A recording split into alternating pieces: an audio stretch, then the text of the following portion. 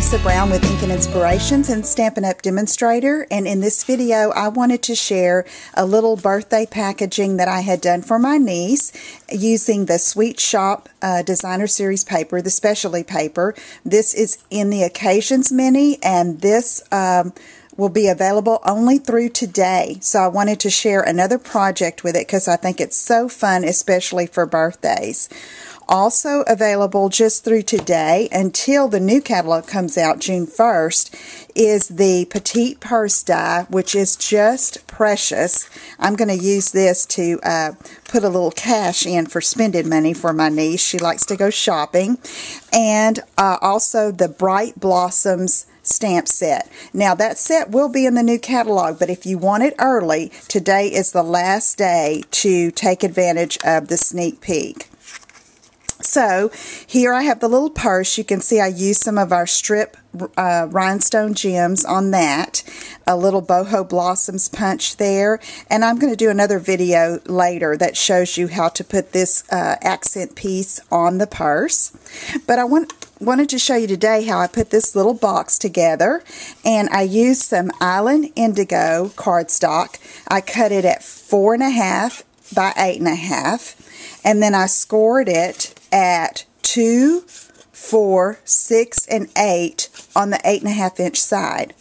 Then what I did is I cut off this little rectangle here that's made by the intersection of those two scores, and then cut up on each of these other score lines to that 2-inch mark. And I think I forgot to mention, after I scored it at 2, 4, 6, and 8, I turned it and scored it 2, and that's what makes the bottom of the box. So I'm just going to put it together for you. But to embellish, sometimes it's easier to go ahead and embellish it before you put it together. And I've got some pieces of the Sweet Shop paper cut at 2 by 2.5. And I'm going to put them one here and then skip one of the areas and one here. So like that, it's going to be on the front, what I call the front and the back of the box. So let me just do that. Now, on this little box, you can see I have a little scallop thing here, and that's another part that I'm going to do prior to adhering to the box. I've got my adhesive there on the back of this strip, and then I'm going to take my 1 3/4 inch scallop circle punch and just punch out one.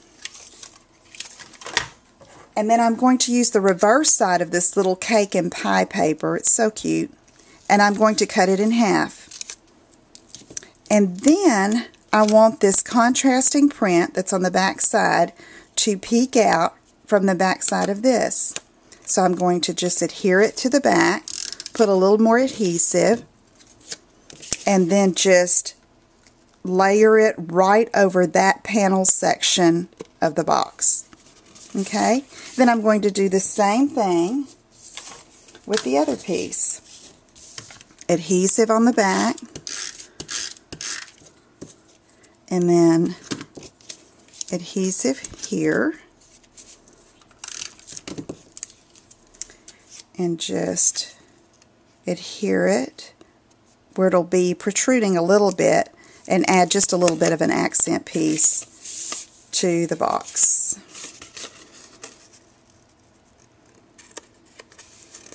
Okay, now we can assemble. And usually when I put these boxes together, if they're going to hold anything of weight at all, I go ahead and use sticky strip, but for the sake of time I'm using snail. Another tip here on these boxes, to make it have a real neat closure, I like to cut up at an angle here and cut off that edge, and it makes for a neater closure, I found. And so I'm going to match these edges up just like that. And then I fold in the bottom, and I put adhesive on this last piece. If you'd like to put adhesive on more of the other pieces to secure it, you can.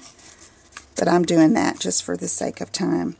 Okay, so that's how I put the box together. That's a really cute box pattern to keep.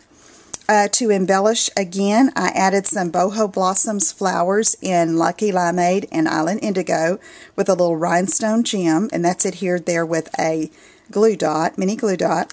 I used the large tag punch, which is one of the retiring accessories that is only available while supplies last. I wanted to use it again and show you how well it layered with the small tag punch.